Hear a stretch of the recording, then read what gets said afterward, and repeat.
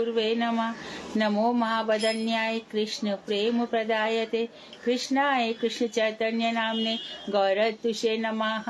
हे कृष्ण करुणा सिंधु दीन बंधो जगतपते गोपेश गोपिका कांत राधा कांत नमोस्तुते। तप्त कांचन गौरांगी राधे वृंदावनेश्वरी वृषभानुसुते देवी प्रणमामि हरिप्रिये तवैवास्मि न जीवामि त्वया विना इति विज्ञाय राधे त्वं नय मां चरणान्तिके गुरुवे गौरचन्द्राय राधिकायै तदालये कृष्णाय कृष्ण भक्ताय तद्भक्ताय नमो नमः। वाञ्छाकल्पतरुभ्यश्च कृपा सिन्धुभ्येव च पतितानां पावनेभ्यो वैष्णवेभ्यो नमो नमः। श्री कृष्ण चैतन्य प्रभु नित्यानंद श्री अद्वैत गदाधर शिवासादि गौर भक्त वृंद हरे कृष्ण कृष्ण कृष्ण हरे हरे हरे राम राम राम हरे हरे। मैं सर्वप्रथम ग्रंथराज श्री देवधन तदे रचयिता ओम विष्णुपाद सच्चिदानंद श्री भक्ति विनोद ठाकुर के श्री चरण कमलों में असंख्य कोटि दंडवत प्रणाम निवेदन करती हूँ। मैं मध्य गुरु पाद्म पद्म नित्य प्रविष्ट ओम विष्णुपाद अष्टोत्तर शत श्रीमद भक्ति वेदांत श्री नारायण गोसाई महाराज मध्य शिक्षा गुरु पाद्म पद्म ओम विष्णुपाद अष्टोत्तर शत श्रीमद भक्ति वेदांत श्री वामन गोसाई महाराज की श्री चरण कमलों में असंख्य कोटि दंडवत प्रणाम कर उनकी अहेतु की कृपा की भिक्षा करती हूँ। मैं उपस्थित श्रोता मंडली वैष्णवी सभी के लिए यथा योग्य वंदन अभिवादन दंडवत करती हूँ। हम कल नैश लीला पढ़ा था, हमने निशांत लीला पढ़ा और प्रातः लीला पढ़ी। निशांत लीला में हमारे जो ठाकुर ठाकुरानी है इन्होंने चिद विलास किया, तो चिद विलास में हमारा किसी का भी अधिकार नहीं है उन लीलाओं में। लेकिन बस वही बात हम जो कहते आ रहे हैं कि भक्ति विनोद ठाकुर ने हमारे लिए पेज खोल दिए हैं, रास्ता प्रशस्त कर दिया है और ये प्रशस्त कर दिया है कि आगे बढ़ो और भगवान के मंत्र की शक्ति तुम्हारे साथ है। तो कौन सी शक्ति हमें आगे लेके जाएगी?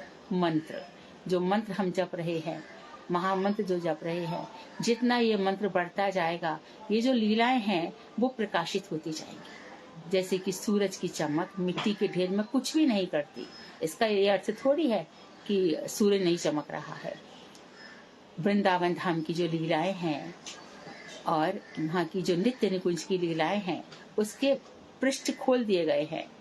पुस्तक सामने है, सब कुछ है, लेकिन क्या नहीं है उसके लिए विस्तार तक पहुंचने की हमारी मंत्र शक्ति नहीं है। तो हमें अपनी मंत्रात्मक शक्ति को बढ़ाना होगा। हमें और ज्यादा देखिए, मन जो है ना, ये मन कई जन्मों से इकट्ठा हुआ पड़ा है। हम मन के अधीन है, जो कि नहीं होना चाहिए। छांदोग्योपनिषद में जीव कोश है ना, ये हमारे जो जीव सेल्स हैं, ये जो शरीर के बने हुए सब 5 कोश बताए गए। अन्य कोश, मनोमय कोश, प्राणमय कोश, विज्ञानमय कोश और आनंदमय कोश, जो 5 कोश है। अन्नमय कोश के लिए सारे जीव जंतु जी रहे हैं, चींटी से लेके हाथी तक। अन्न ही प्राण है, कहा गया है ना। हाथी और चींटी सबका भरण पोषण भगवान से हो रहा है। भारत का ही नहीं, अमेरिका का भी, कोरिया का भी, कनाडा का भी, विश्व के कहीं भी चले जाओ, एक एक जीव। साउथ अफ्रीका में इतने जीव जंतु है, इतना नेचर है, कहीं भी चले जाए तो वहां से पालन पोषण हो रहा है, क्योंकि वो विषमभर है, सारे विश्व का पालन पोषण करते हैं। और दूसरी चीज हो रही है प्रकृति, और प्रकृति क्या कर रही है? भगवान है तो जीव भी है और प्रकृति भी है, ये भगवान की विशेषण है। प्रकृति उनसे निकलेगी, ही कांट स्टॉप इट। वो प्रकृति जो होती है, बहुत से व्यक्ति यानी कि 99.9% उस प्रकृति को ही सच मान लेते हैं, और जो 0.1% है वो निकल जाते हैं यहाँ से। तो भगवान की जो माया है वो खुद ही कह रहे हैं। गीता में क्या कहा भगवान ने? देवी हेषा गुणमयी मम माया दुरत्यया मामे भूये प्रपद्यन्ते माया में ताम तरंती थे। जो मेरी ये गुणमयी माया है, 3 गुण है इसके, सतोगुण, तमोगुण, रजोगुण, ये इसको पार करना बहुत मुश्किल है, बहुत मुश्किल है। लेकिन जो मेरी शरण में आ गए वो इसको पार कर जाते हैं। तो गीता का जो प्रथम ज्ञान है वो इतना ही है कि तुम मुझको समझो, कौन हो तुम? ममे वांशो जीव लोके जीव भूता सनातना, तुम मेरे ही अंश हो। जिस तरह से मैं कभी नहीं मरता, ऐसे तुम भी कभी नहीं मरते। मैं धराधाम में आता हूँ, युगे युगे संभवामी युगे युगे, मैं युग युग में अवतार लेता हूँ, ठीक है, परंतु सबके हृदय में अंतर्यामी बनकर मैं ही बैठा हूँ। कोई मुझे पुकारता है, मैं आ जाता हूँ, तीव्र पुकार होती है, मैं आ जाता हूँ। तो ऐसे हमने उदाहरण भी देखे, भरे पड़े हैं। आज भी कितने भक्तों का जीवन, सभी भक्तों का जीवन भगवान ही संभाल रहे हैं। तो एक तरफ है प्रकृति और एक तरफ है भगवान। तो तटस्था रेखा पर जो जीव खड़ा है वो भोग करना चाहता है, इसलिए माया देवी उसको बहुत हैरान करती है, बहुत कष्ट देती है, बड़े क्लेश देती है। और सबसे बड़ी बात यही है, इन क्लेशों को जीता है, इन क्लेशों में मरता है और फिर भी इन क्लेशों में रहना भी चाहता है। कितने कष्ट मिल रहे हैं। बाहरी आकर्षण दिखता है कि जहाँ बहुत सुख है वहां बहुत सुख है, लेकिन अंदर जाओगे तो पता चलेगा कि भगवान ने स्वयं कहा है, यह संसार दुखालय है, यह सुख नाम की वस्तु नहीं है, किसी के पास भी नहीं है, एक भी जन। तो ये तो होगी संसार की बात। आनंदमय कौन है? जो भगवान का नाम भज रहा है। कैसे? हमने बात करी मंत्र शक्ति से।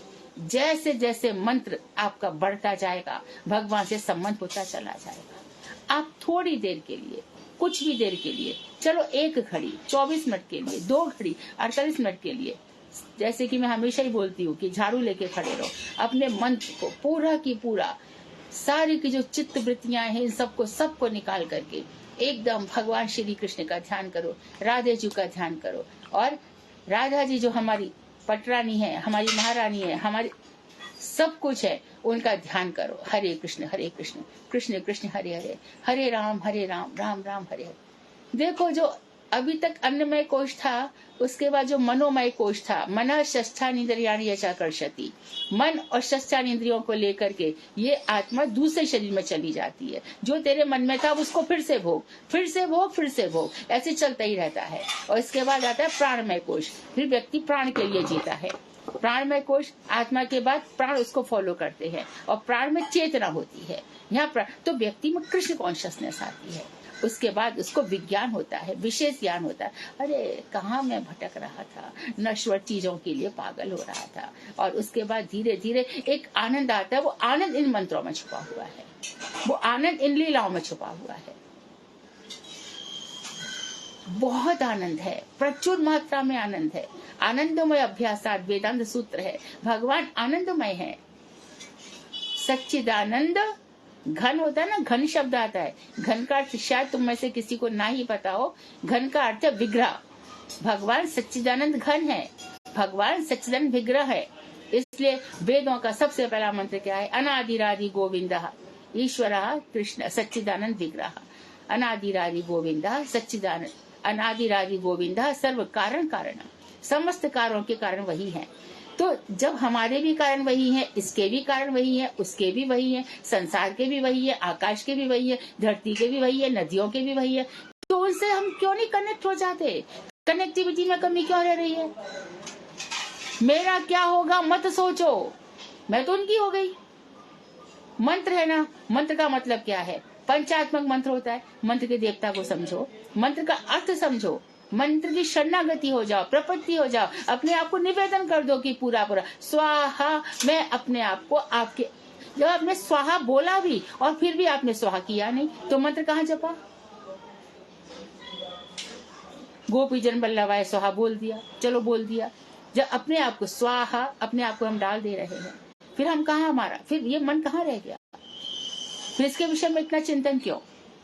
चिंतन करो, चिंता मत करो। खुद ही ने जब सब कुछ बताया तो खुद ही कह रहे हैं ना कि अनन्या चिंतयन्तो माम ये जना पर्युपासते तेषां नित्याभियुक्ता नाम योगक्षेमं वहाम्यहम्। उन सबका योगक्षेम मैं वहन करता हूँ। बताइए तो आज तक में कृष्ण के भक्तों की कभी कोई दुर्दशा हुई है? ना मैं भक्त प्रणश्यति, मेरा भक्त कभी नष्ट नहीं होता। दुर्दशा और जो संसार में हो रहा है वो भजन नहीं कर रहे हैं। भजन नहीं करने वालों के साथ जो घटनाएं घटित हो रही हैं, वैसी घटनाएं भक्तों के जीवन में घटित सी होती सी दिखती तो है, लेकिन उनका अंत और परिणाम अलग अलग हो जाते हैं। दोनों के परिणाम अलग अलग हो जाते हैं। संसार का जो परिणाम है वो अलग दिशा में, जहां तक कि मृत्यु के बाद भी सबकी अलग अलग गति हो जाती है, कौन कहां जाकर के पड़ेगा। तो इन लीलाओं के चिंतन के लिए मंत्र जाप बढ़ाइए, अपने मन को सब जगह से समेट लीजिए, कछुए की तरह अपने अंगों को समेटो। सब जितना समेटोगे उतना ही जन्म कम हो जाएंगे, उतनी ही हमारी दुर्दशा बच जाएगी, मैया के पेट में आना बंद हो जाएगा। और फिर जब जो इन लीलाओं का चिंतन करता है उसका पुनर्जन्म होगा कि नहीं होगा वो तो भगवान जानते हैं। तो अब कह रहे पूर्वान लीला का वर्णन करो।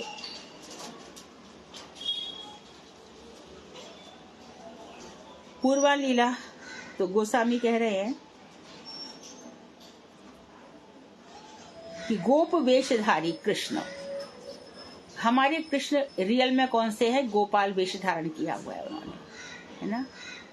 जब भगवान श्री कृष्ण से उनके बाम भाग से राधा जी निकली, दाएं भाग से बलराम जी निकले, बलराम जी से संकर्षण निकले, है ना। संकर्षण से महासंकर्षण, जो मूल संकर्षण है उनसे महासंकर्षण निकले, महासंकर्षण से फिर कारण अर्णवशाही विष्णु निकले।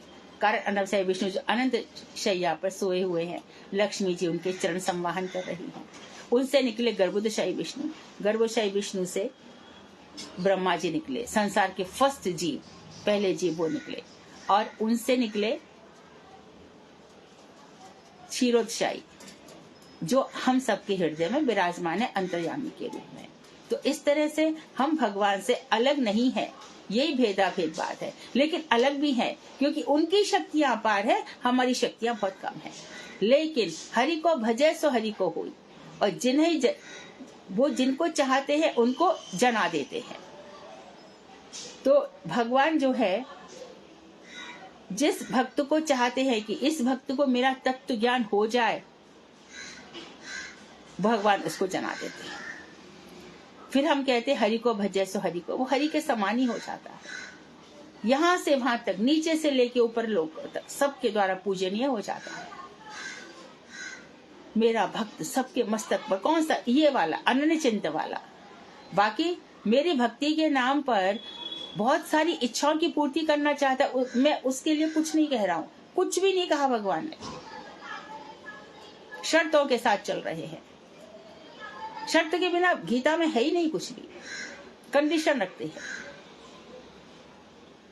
और उसके बाद फिर उद्धव जी से भी कहते हैं, 11वां स्कंध पढ़ो, 11 स्कंध, कितना भगवान ने उद्धव को ज्ञान दिया है।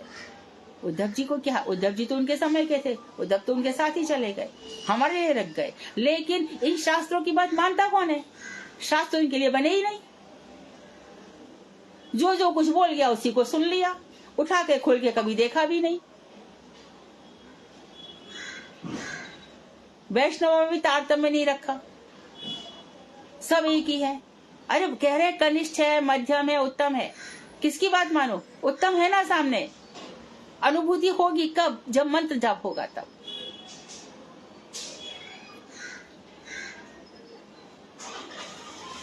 तो बहुत ही समझदारी से, बहुत ही स्मार्टली, बहुत ही बुद्धिमानी के साथ चलना होगा। हमारी हर क्रिया में भगवान की प्रसन्नता निहित होनी चाहिए। कृष्ण की, राधा जी की प्रसन्नता के लिए हमारे, राधा जी क्या करती है? जो कुछ भी मैं करूं कृष्ण की प्रसन्नता के लिए करूं।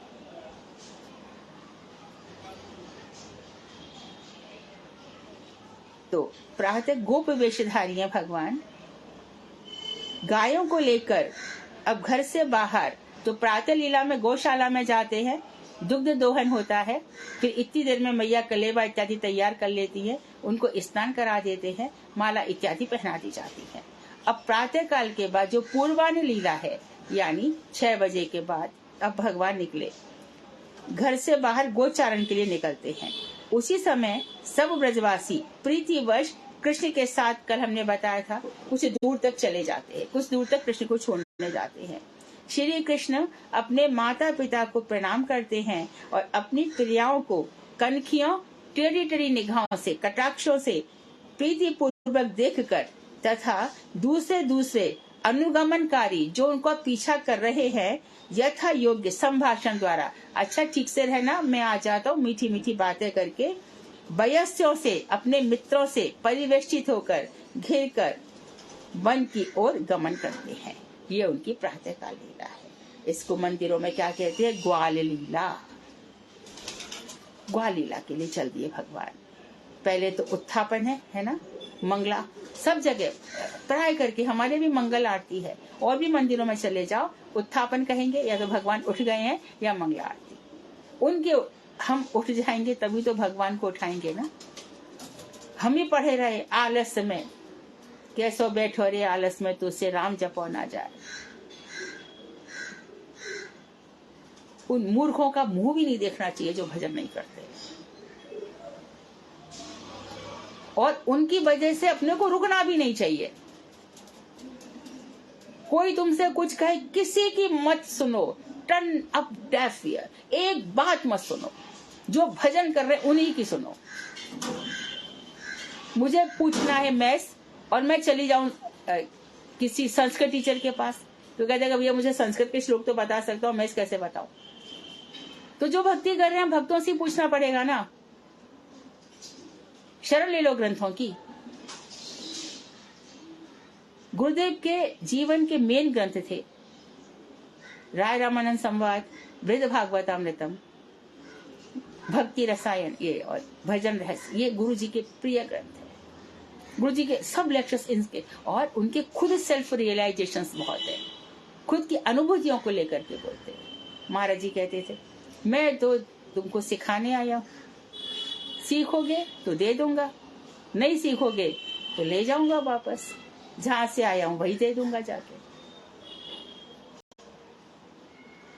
तो सिखाने आए हैं गुरु वर्ग, आचार्य वर्ग सिखा, ले सको तो ले लो, वो तो भर भर संपत्ति लुटा रहे हैं। तो यहाँ पर प्रातःकाल लीला का हम चिंतन करेंगे। ग्वाल भोग, भगवान श्री कृष्ण ने गोप वेश धारण किया, मैया ने मोर पंख लगा दिया, भगवान निकले, माता पिता से आज्ञा ली, और हमने कल वो लीला सुनाई थी कि मैया कहती है बलराम जी से कि इसको ज्यादा दूर मत ले जाना। और जिस दिन भगवान गए हैं उस दिन क्या होता था कि जिस दिन जन्म बर्थडे होती थी ना, बर्थडे तो सेलिब्रेशन होता था, तो बलराम जी का सेलिब्रेशन हुआ था वहां पे। तो उस दिन ही ब्रह्मा आए थे और कृष्ण की गैयाओं को और कृष्ण के सखाओं को चुरा ले गए थे। 1 वर्ष तक ये लीला चली। तो 4-5 दिन पहले बलराम जी देख रहे हैं कोई एक, भगवान ने सारे रूप धारण कर लिए, सारे गोप बन गए भगवान, सब गैया गोपाल सब कुछ बछड़े सब कुछ भगवान ने वेश धारण कर लिया, बंसरी सींग सब भगवान बन गए। तो बलराम जी देख रहे हैं 1 साल से 4-5 दिन पहले कि ये मैं क्या देख रहा हूं कि जो मैया अभी अभी बच्चा जिसने जना है उससे इतना प्रेम नहीं करती जितना कि बड़े वाले से करती है, और गैया भी छोटे बछड़े से इतना प्रेम नहीं करती जितने बड़े वाले से करती है। ऐसा क्यों? ध्यान लगाया, ध्यान लगा तो देखा सब जगह द्विभुज श्री कृष्ण ही दिखाई दे रहे हैं, ऐसा कैसे हो गया?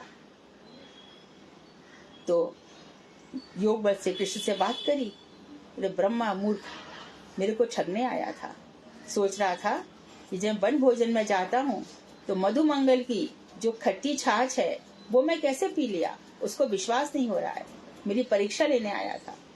और बस परीक्षा लेने आया, हमारे जो गैयाएं थी वो दूर चली गई, जा करके उनको रखी आया पहले चुरा करके, और बाद में जब मैं अपने मित्रों से कहा कि मैं उनको ढूंढ के लाता हूँ तो मेरे मित्रों को भी चुरा ले गया। इसी समय गर्गाचार्य जी ने कहा ये बहुत अच्छा मुहूर्त है, ये बहुत अच्छा समय है, जितनी अपनी लड़कियां हैं इन सब की शादी कर दो, ये इनका सुहाग अमर रहेगा। तो वास्तव में इन सब गोपियों का विवाह उस समय जो गोप थे, जो कृष्ण बने थे, उन सब कृष्ण के साथ ही हो गया था। तो भगवान उनकी लीलाएं चमत्कारकारी है, वैचित्रमयी है। ऐसे से क्यों करते हैं भगवान श्री कृष्ण ऐसी लीलाएं?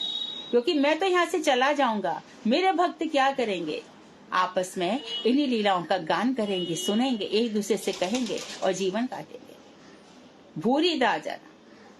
सबसे बड़े दानी कौन है जगत में? जो कथाओं को बांट रहे हैं। उनसे बढ़कर दानी कोई नहीं है। कथाओं को बांट रहे हैं क्यों? क्योंकि सबका जीवन सुधर जाए, सब भजन करें, उनके जीवन की स्वस्थि हो, मंगल हो, योग क्षेमम वहां में हम कथाओं के द्वारा।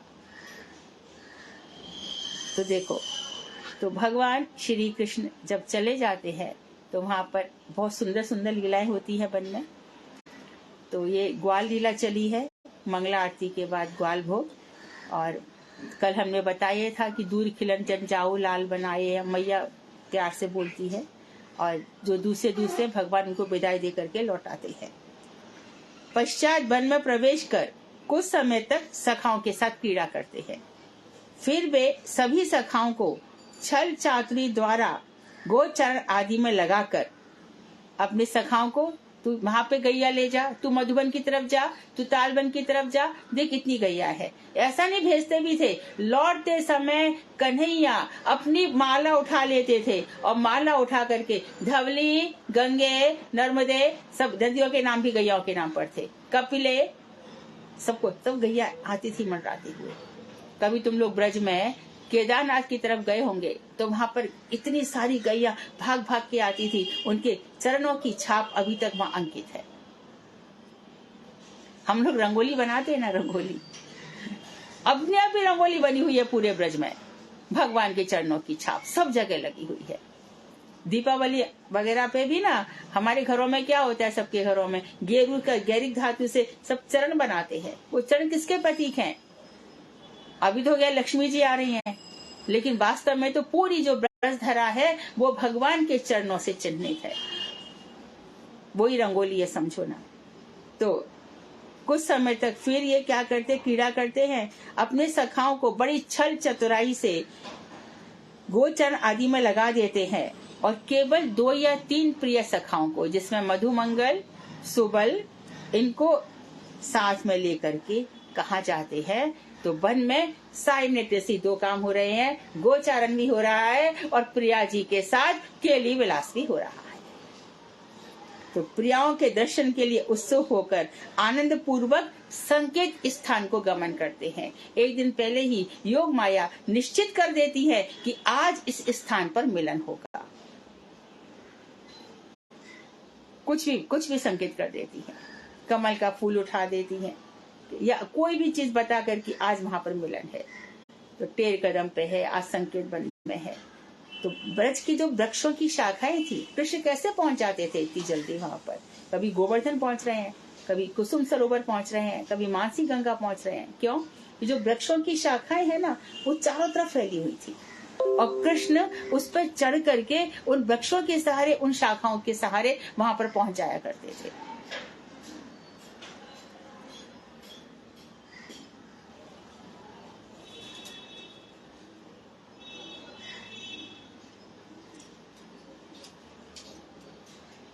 तो यह हो गया पूर्वान। अब आ जाइए मध्याह्न लीला में। ये सुबह की लीला हो गई, अब मध्याह्न लीला। अब मध्याह्न लीला में सदाशिव भगवान बता रहे हैं नारद जी से कि नारद, है ना, आप लोगों ने नारद कुंड देखा है, वहां कितना सुंदर मंदिर है, नारद गोपी बनी हुई है। सनत कुमार को ब्रह्मा जी ने पैदा किया, जाओ सृष्टि करो। अरे कौन सृष्टि करता है, निकल गए। और क्या रह रहे हैं, चारों कुमार अवस्था में रहते हैं, मस्त रहते हैं। पहले निर्विशेष ब्रह्म के उपासक थे, बाद में भगवान श्री कृष्ण के चरणों की सुगंध सूंघी तो बस सब विशेष हो गए। अरे निर्विशेष क्या, भगवान और उनका वैशिष्ट ना हो, ऐसा कैसे हो सकता है? तुम लोग बोलते हो निराकार और तुम ही लोग मूर्तियों की उपासना करते हो, तो निराकार कहाँ है? जहाँ बंशी बज रही है वो निराकार किधर है? और निराकार है तो बोला कैसे? और कहते कि सृष्टि का पहला शब्द क्या था? ओम। वो निराकार था तो ओम कहाँ से आ गया? और सा एक शत उसने इच्छा की कि सृष्टि हो। क्या इच्छा की? एक को हम बहुश्यामः, मैं अकेला हूं, मैं बहुत हो जाऊं। तो यदि वो निराकार है तो इच्छा कौन कर रहा है? भगवान ने विचार किया तो भगवान का मन ही नहीं था तो विचार कहां से किया? स एक शत उसने देखा, निराकार ने देख कैसे लिया? ये सब बातें हैं। तो अब हम 6 से 9 तक की लीला में चले गए हैं और अब आ गई है मध्यान्ह लीला। इधर श्री कृष्ण प्रेयसी श्रीमती राधिका भी श्री कृष्ण के वन में चले जाने के बाद श्री कृष्ण का दर्शन करने के लिए उसी वन में किशोरी जी आ जाती हैं। उसी वन में किशोरी जी भी पधार जाती हैं, सखियां उनको ले आती है। और ब्रज में क्या चल रहा है भैया? कन्हैया गए हैं, उनके आने की तैयारियां चल रही हैं। मैया पूरी तैयारी कर रही है। कभी कभी तो अपने जो रक्तक पत्रक हैं दास, उनको बुलाती है कि जा उनसे जाकर के कह दे, है ना, सुनार को बुला के आ। ये नहीं कहेंगे कि कृष्ण बड़ा हो गया है, तो उसका जो कड़ूला है वो छोटा हो गया तो बड़ा हो जाएगा, बच्चा बड़ा हो गया तो वो तो छोटा पड़ेगा। तो वो क्या कहेंगे, कृष्ण बड़ा हो गया नहीं कहेंगी, कड़ूला छोटा हो गया है, उसको बड़ा कराना है। ये मैया का भाव होता है। तो रक्त पत्रक जाते हैं तो पीछे से ये सब काम हो रहे होते हैं। कृष्ण आके क्या प्रसाद पाएंगे का सारे की सारे लोग इसी आसपास सेवा में जुटे रहते हैं। तो दर्शन करने के लिए उसी वन में आ जाती हैं। अब यहाँ पर सूर्य आदि की पूजा या पुष्प चयन के बहाने गुरु वर्ग को वंचित करके प्रियतम से मिलने के लिए श्रीमती जी वन में गमन करती है। तो अब श्रीमती जी वन में गमन करती है सूर्य पूजा के लिए।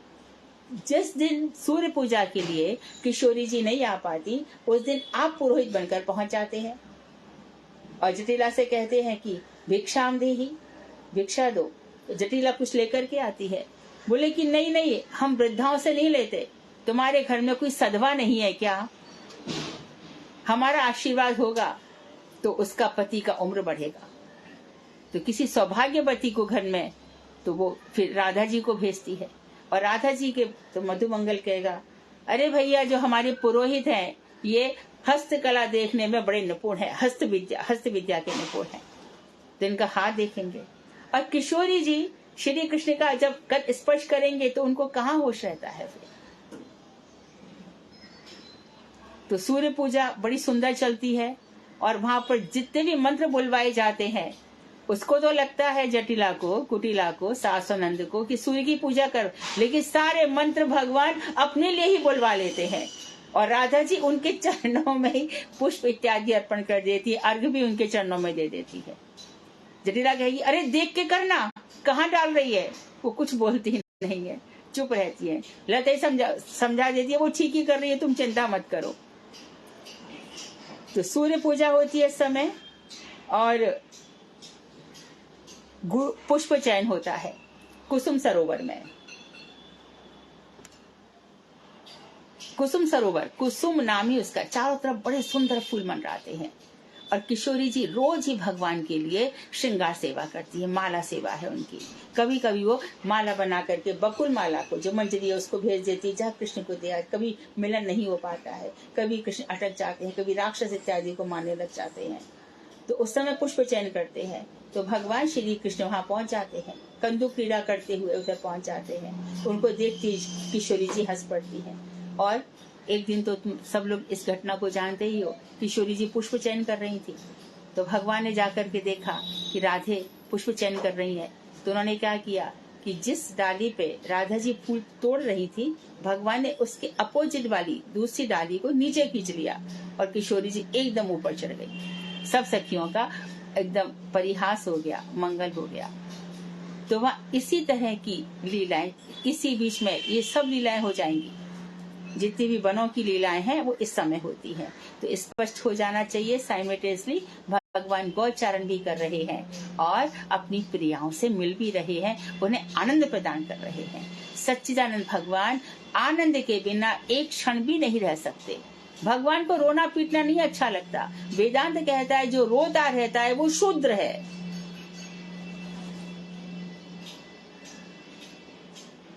भगवान प्रसन्न होते हैं हमारे भावों से, हमारी मंत्रों से। जो मंत्र है इसका दो लक्षण है ही। जो भक्ति है वो क्लेशग्नि और शुभदा, सब प्रकार के कष्टों को नाश करने वाली है, और शुभदा मंगलदायिनी है। भाव से, कुभाव से ये तो हम इतने ऊपर तक पहुंच गए। तुलसीदास जी तो कितने अच्छे से कह रहे हैं, मंगल भवन अमंगल हारी द्रव सो दशरथ अजिर बिहारी। दशरथ के आंगन में बिहार करने वाले, और यहाँ तो गोलोक बिहारी की बात चल रही है। भाव कुभाव आनख आलसऊ नाम जपत मंगल दिशि दसहू। भाव से, कुभाव से, अनखाए से, आलस से नाम जपते जाओ, मंगल ही मंगल है, दसों दिशाओं में मंगल है। तो यहाँ पर ये साइमल्टेनियसली गौचारण हो रहा है और इतने बीच में ये लीलाएं हो रही हैं। इस प्रकार राधा कृष्ण दोनों अनेक यत्न से, इतना आसान नहीं है मिलना, और मिलने में थोड़ी तकलीफ हो तो और भी अच्छा है। भक्त को यदि संसार के लोग रुकावट डाल रहे हैं तो भक्ति और बढ़नी चाहिए, घबराना नहीं चाहिए। संसार के लोग ऐसे हैं देखो, मैं एक एग्जांपल देती हूँ, छोटा सा है ना। दीग में गीता मंदिर है ना, वो मेरी बुआ जी की ससुराल है, ठीक है। तो गुरुदेव ने राधा कृष्ण दे दिए, ठीक है, पूजा हो रही है। उनके यहाँ पे जुड़वा बच्चे हुए, बुआ जी को नाम रखा लव कुश, घर में आन छा गया, सब कुछ बढ़िया हो गया। सर्दी का मौसम था, बच्चे का नेपी गिर गई, वो पानी में खींचने गया तो वहीं पर ठंड से उसको, तो उनकी सास सबसे पहले क्या किया, राधा कृष्ण को उठा करके दूसरे के घर में दिया, ये बताया भी नहीं कहाँ रख गए। भगवान के आने से, अब बताओ, भगवान के आने से कभी अमंगल होता है? जिसका जिसकी जितना प्रारब्ध था वो उसके साथ ही रहेगा, ये सिखाने के लिए आया है।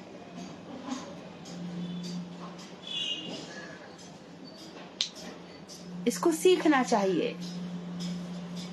किसी के जीवन में, अरे जन्म मृत्यु तो सबके होते ही रहते हैं, हमारा उसके साथ इतना ही समय था बस। बड़ा होके वो कैसा निकलता, क्या होता, भगवान जाने उनकी क्या लीला है।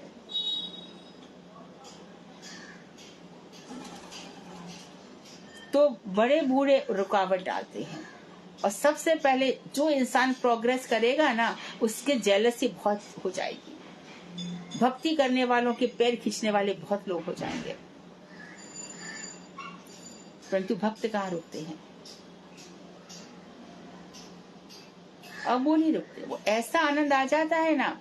अरे वो औरों की तो बात छोड़ो,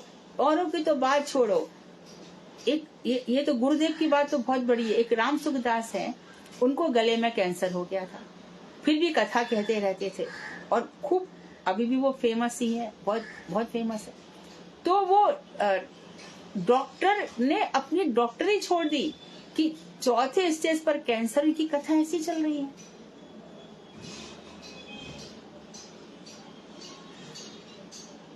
दैहिक दैविक भौतिक तापा, राम राज काहू नहीं व्यापा।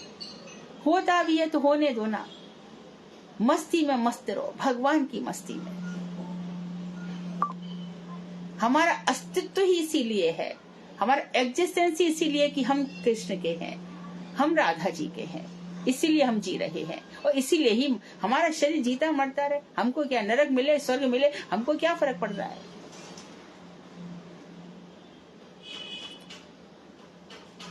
तो राधा कृष्ण दोनों अनेक यत्न से वन में मिलते हैं और परमानंद से नाना प्रकार के विहार आदि क्रीड़ा करते हैं। सखागण भी उनके साथ ही रहते हैं। तो यहाँ पर देखो, पूर्वान में कौन कौन सी लीलाओं का चिंतन करोगे? सूर्य पूजन हो गया, और दूसरा क्या था? पुष्प चयन था।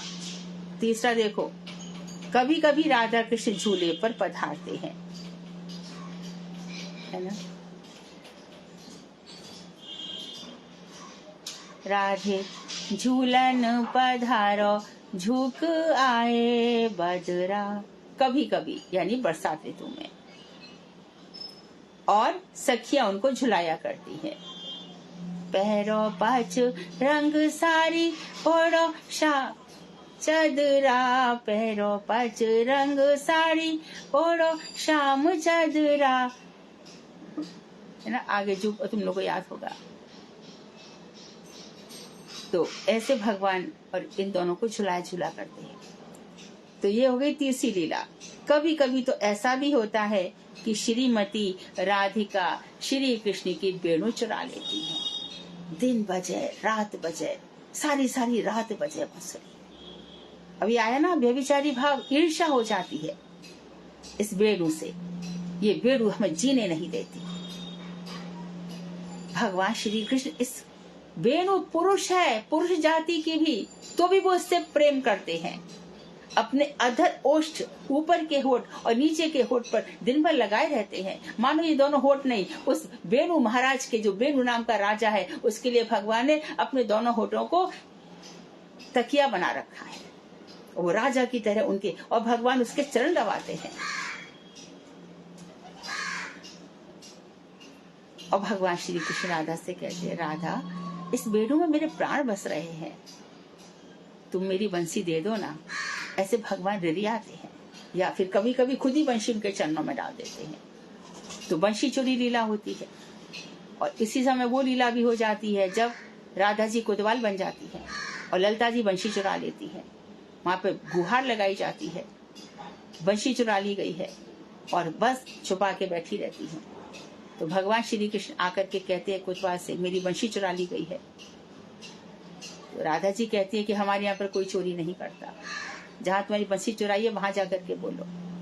तो बात ही बात में बंशी गिर पड़ती है। तो जिसके राज में चोरी बस रही हो वहां मैं क्या गुहार लगाऊं। तो बड़ी हास्यमयी सुंदर सुंदर लीलाएं होती हैं। तो बंशी चोरी की लीला बहुत प्रसिद्ध है, और सखियां एक दूसरे को पास करती रहती हैं। कृष्ण तक बंशी जा ही नहीं पाती। और ये बंशी खाली गोपियों को ही तंग, आज भी बंशी बज रही है, आज भी बंशी बज रही है। बस वो भाग्यशाली है जिसको बंशी की ध्वनि सुनाई पड़ रही है। भगवान की बंशी बजनी कभी रुकेगी नहीं। वो तो चाहते हैं कि संसार के सारे जीव मेरे पास आ जाए गोपी बनकर। बस मेरे यहाँ पास आने के लिए गोपी भाव चाहिए, वही मेरे गोलोक धाम की सबसे पहली शर्त है। लक्ष्मी मानती नहीं है, इसके लिए वो आ नहीं पा रही। कहती तो बहुत है मुझे बुला लो, पर मैं कहती हूँ तो गोपी बन जा। तो बोलते नहीं, मैं कहता हूँ कि तू गोपी घर में जन्म ले, गोबर था अपना सी नहीं। तपस्या कर रही है बेलवन में आज तक, बद्रीनाथ में भी एक रूप से तपस्या कर रही है।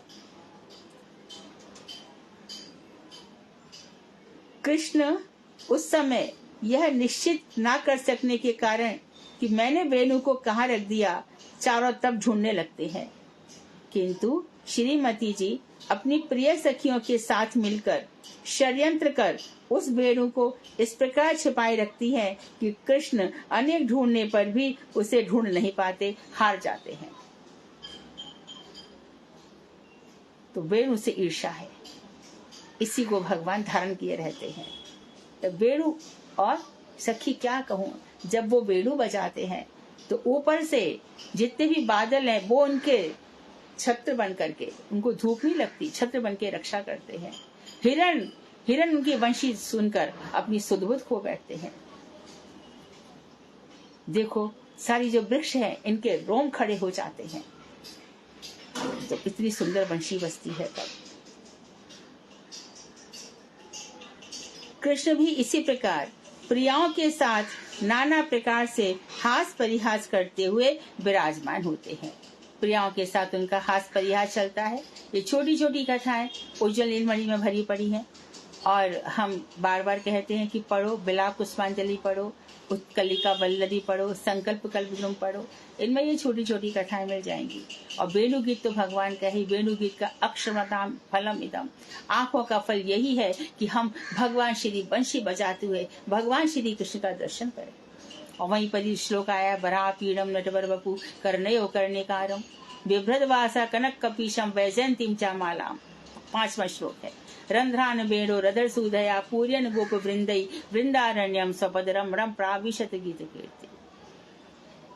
और क्या होता है, वे अभी अभी कभी कभी श्रीमती के साथ बसंत ऋतु, जब बसंत ऋतु आ जाती है तब बसंत ऋतु सेवित वन खंड में प्रवेश कर, तो वनों में जाते, बन के किसी खंड मतलब बन के किसी भाग में बसंत ऋतु वहां पर सेवा कर रही है तो पिचकारी द्वारा चंदन, कुमकुम आदि के जल से एक दूसरे को भिगो देते हैं। तो ये होली लीला है, ये प्रारंभ काल से चली आ रही है और बरसाने इत्यादि में आज भी मनाई जाती है। अभी तो होली लीला ढाल लेकर के और वो सब बैठ जाती हैं, जो ग्वाल हैं वो बचाते अपने आप को, और जो स्त्रियां हैं वो डंडे लगाती हैं।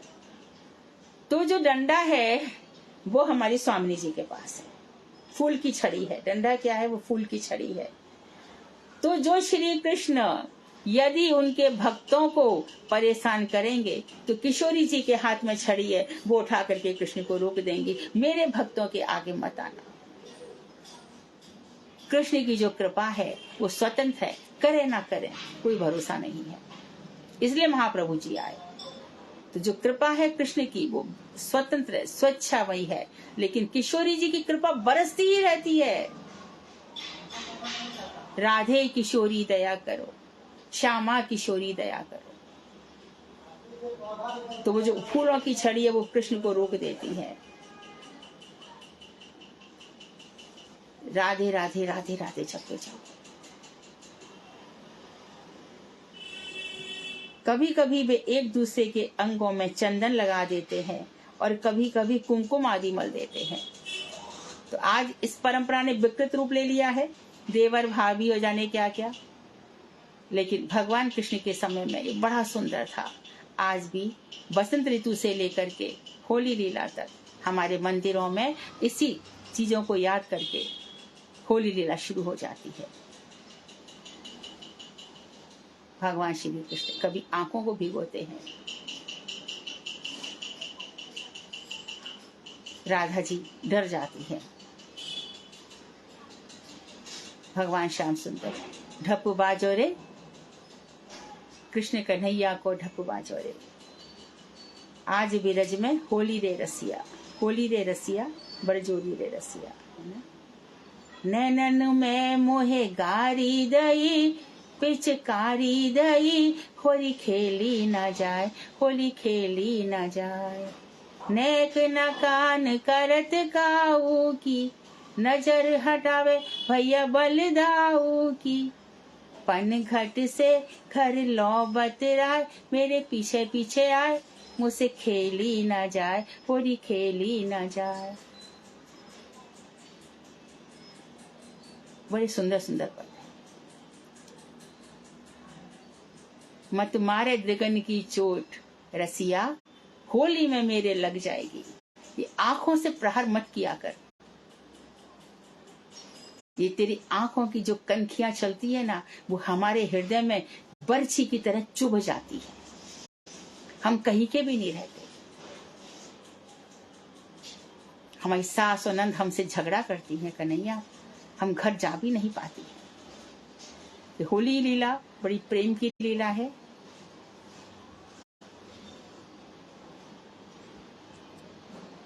तो भगवान कुमकुम आदि मल देते हैं, है ना, चंदन लगा देते हैं, कुमकुम। तो अभी इको फ्रेंडली रंग आ गए हैं जिससे दूसरों को दुख ना पहुंचे। भगवान को भी ऐसे रंग लगाओ कि ऐसा नहीं कि वो छूटे नहीं, दूसरे दिन हिलाओ तो भगवान साफ हो जाए। तो आंखों में किशोरी जी के चले गए तो किशोरी जी की आंखों को बड़ा चुभ जाएगा।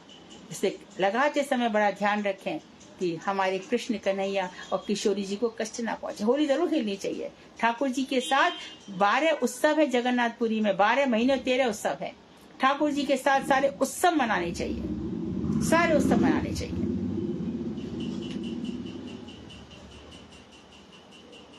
सारे उत्सव ठाकुर जी के साथ रहेंगे ही रहेंगे। वो ही तो है हमारे, और कौन है। उनकी सखियां भी इसी प्रकार राधा कृष्ण के और अपने अंगों में परस्पर उक्त चंदन और कुमकुम जल का सिंचन करती हैं। तो राधा कृष्ण को भी लगाती हैं और एक दूसरे को भी लगाती हैं।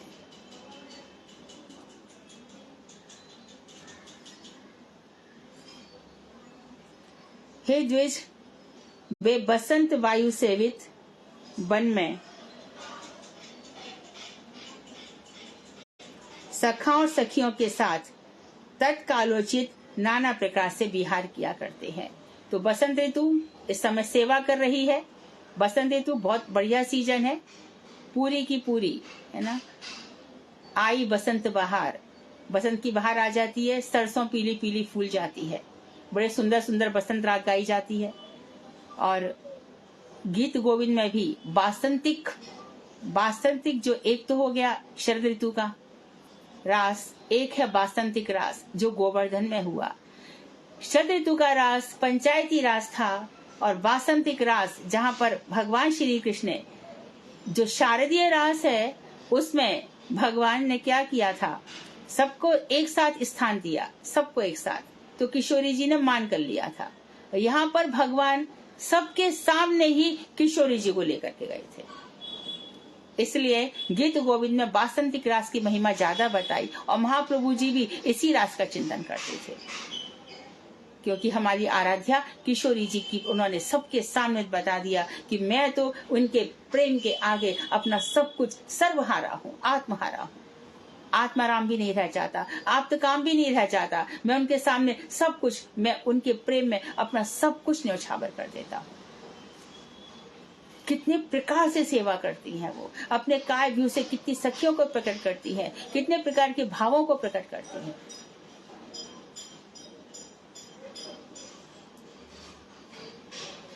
तो सब प्रकार से बसंत ऋतु में विहार करते, सखाओं के साथ भी सखियों के साथ, जो प्रिय नर्म सखा है उनका अधिकार है यहाँ पर, सब सखाओं का नहीं है कि हर किसी को ले जाएंगे। हे मुनि श्रेष्ठ, हे नारद जी, इस प्रकार विहार करते करते थक जाने पर राधा और कृष्ण किसी वृक्ष के नीचे दिव्य आसन पर बैठ जाते हैं। तो वहां पर आज भी कहीं कहीं पर ये दिव्य वेदी है, ये रत्न सिंहासन है, ऐसे दिखाया जाता है। गोवर्धन पर्वत है ही ऐसे, जहाँ जहाँ पर राधा जी थक गई हैं विहार करते करते, वहां पर अपनी सारी प्रस्तर शिलाएं रख देते हैं कि आप विराजो।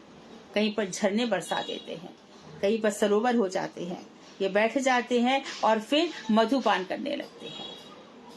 उसके बाद मधुपान से दोनों मतवाले हो जाते हैं और दोनों कुछ समय तक निद्रा के आवेश में आंखों को बंद कर लेते हैं। तो मधुपान कर लेते, थक जाते हैं, फिर आंख लग जाती है, निद्रा निद्रा का आवेश आ जाता है। फिर दोनों काम बाण द्वारा प्रकृष्ट रूप से जर्जरित होकर रमण की अभिलाषा से एक दूसरे का हाथ पकड़कर कामाप्लुत चित्त से स्खलित वाणी में बातें करते हुए कुंज में प्रवेश करते हैं। और यहाँ पर दोनों जब थक जाते हैं, पहले विहार करते हैं, थक जाते हैं, फिर दोनों के अंदर एक दूसरे से मिलन की बड़ी इच्छा जागृत हो जाती है।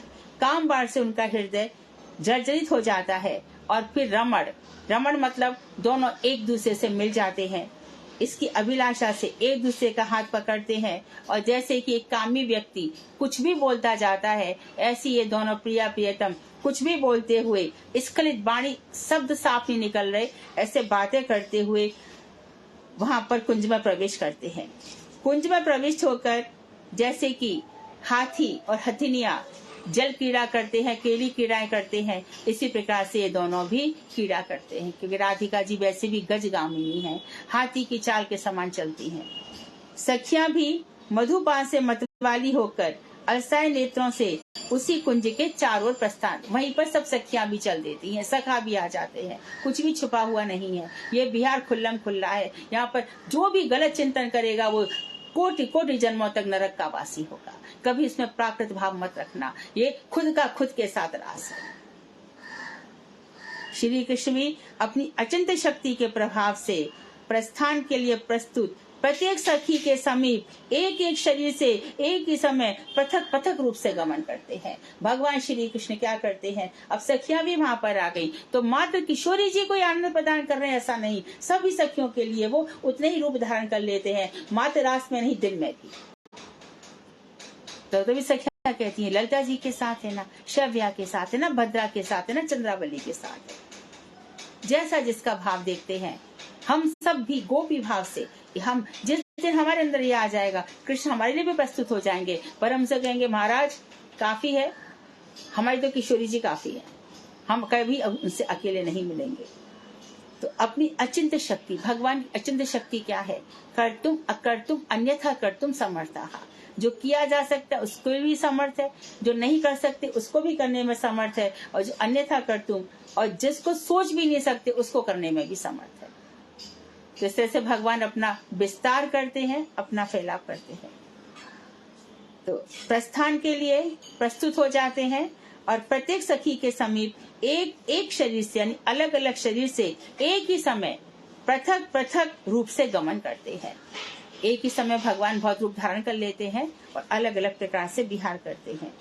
जिस प्रकार मतवाला गजराज अनेक हस्तिनियों के साथ थकता नहीं है, विहार करता रहता है, उसी प्रकार श्री कृष्ण भी प्रियाओं के साथ विहार कर प्रियतमा श्रीमती राधिका और दूसरी दूसरी सखियों के साथ जल केली के लिए सरोवर में गमन करते हैं।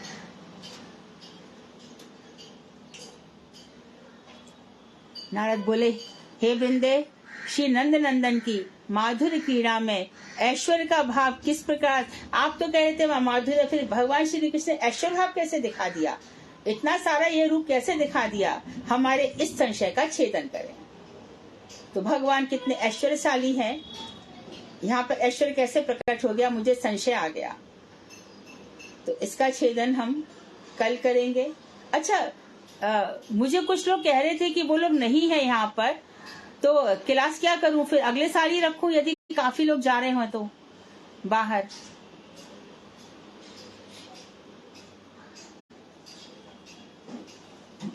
क्या आदेश है आप लोगों का? हरे कृष्णा दीदी, दंडवत प्रणाम। नहीं दीदी, हम लोग तो यहीं पे हैं और फिर क्लास का तो रिकॉर्डिंग भी सुन सकते हैं ना, मेरा ऐसी कोई बात नहीं है। ठीक है, ऐसा ही किया जाए। दीदी दंडवत प्रणाम। हाँ जी दीदी, क्लास नहीं रुकनी चाहिए, वो फिर रस जो आ रहा है ना, फिर वो रुक जाएगा। क्योंकि रिकॉर्डिंग तो बाद में भी सुनी जा सकती है, उसमें तो कोई वो नहीं है। अच्छा, ठीक है। क्लास नहीं रुकनी चाहिए। नए साल में क्लास होगी ना, पूरा साल चलती रहेगी दीदी। नए साल में क्लास रुकनी नहीं है।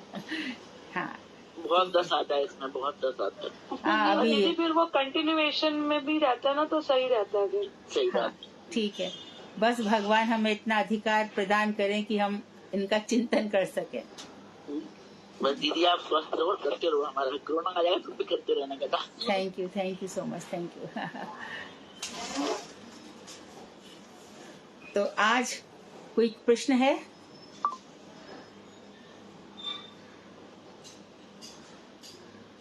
प्रश्न नहीं है, ये तो डूबने की बातें हैं। ये कुछ क्लासेस हैं जो हमें बार बार सुननी चाहिए।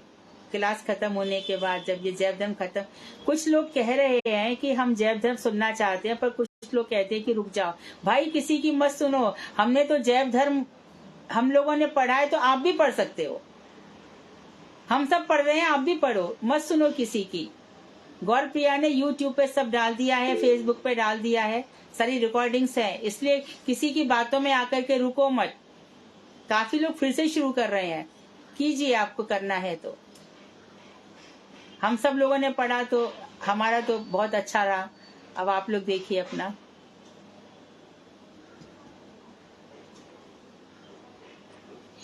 हाँ हरे कृष्णा दीदी, हाँ हमें भी बहुत आनंद आ रहा है पढ़ने में। और फिर अब हम इसके बाद जो आपने दूसरी किताब के लिए बोला था ना, चैतन्य शिक्षामृत, हाँ, वो भी हम किताब वो भी ले आए हैं दीदी हम। बहुत बढ़िया। उसमें भी ना शॉर्ट में इतना जो विचार है ना, वो इतने ज्यादा मजबूत हो जाएंगे। भक्तिविनोद ठाकुर ने बहुत अच्छी पुस्तक लिखी है, हमारा बेसिक और रस दोनों ठीक हो जाएंगे।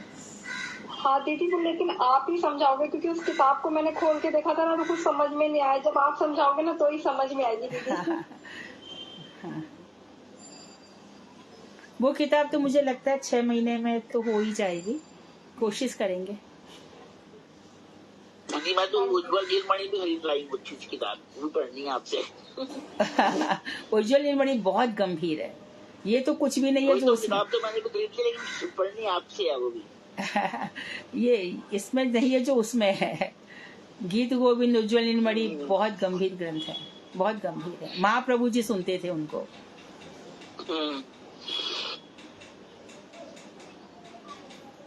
हरे कृष्णा दीदी, हाँ, दंडवत प्रणाम। हाँ, दीदी ये मदनाख्य भाव मादनाख्य, बताएंगे क्या? मादनाख्य, मदनाख्य नहीं, मादनाख्य। हाँ। मोदन के बाद मादन है। अच्छा, रूढ़, अधिरूढ़, मोदन, मादन। ठीक। इसके तुम नोट्स भी बना सकती हो।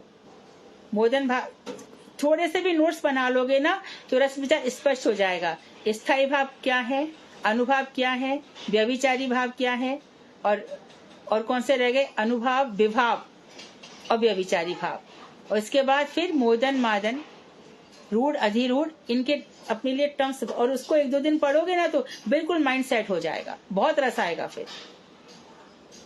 नहीं दीदी, वो जो आपने जो पढ़ाया था वो तो पढ़ा ही था, मेरे को ध्यान नहीं इतना। ये ना मुझे अनुराधा दीदी कुछ टाइपिंग भेजती हैं गुरुजी की, तो मैं इसको डेली पढ़ती हूँ, आनंद भी लेती हूँ। तो उसमें 1-2 शब्द मुझे नहीं समझ में आता है तो मैं दीदी से पूछती। आज मेरे को लगा मैं दीदी से पूछती तो आपसे पूछ। उसमें गुरुजी बता रहे हैं। हाँ, मादनक के नाम पे जो भाव है, बता रहे। हाँ, वो मोदन के बाद जो मादन की स्थिति है वो बता रहे हैं। जहाँ हाँ, पर वो हाँ, कि मतलब हाँ कि कृष्ण की पीड़ा को कौन समझेगा, गोपियां तो अपनी सखियों को बता रही हैं। हाँ, बिल्कुल। तो कृष्ण का विरह, हाँ ऐसे बता रहे, गुरुजी बता रहे। ठीक है दीदी। ठीक है। वांछाकल्पतरुवैश्य कृपा सिन्धुवेव च पतितानां पावनेभ्यो वैष्णवेभ्यो नमो नमः। हरे कृष्ण दीदी।